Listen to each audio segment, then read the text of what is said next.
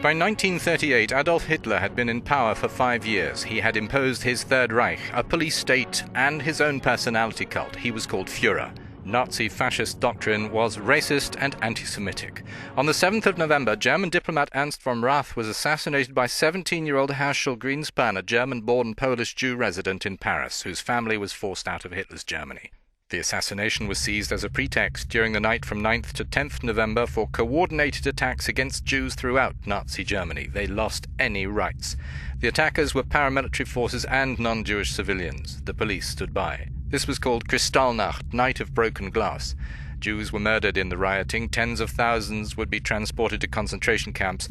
Thousands of Jewish-owned stores, buildings, and hundreds of synagogues were destroyed. Cemeteries were profaned.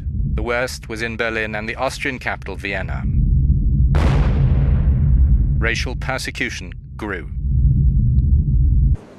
Commemorating that 1938 beginning of the Holocaust, Chancellor Angela Merkel would stress that many people's failure to speak out had contributed to the breakdown of civilization.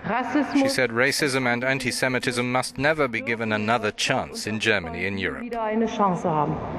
Now, on Kristallnacht's 75th anniversary, Merkel called today's continuing need for police protection for Jewish institutions a sobering reality. The preparation for Hitler's extermination of the Jews, his final solution premise of an Aryan master race, included categorizing Jews and documenting them or stripping them of documents, businesses, possessions.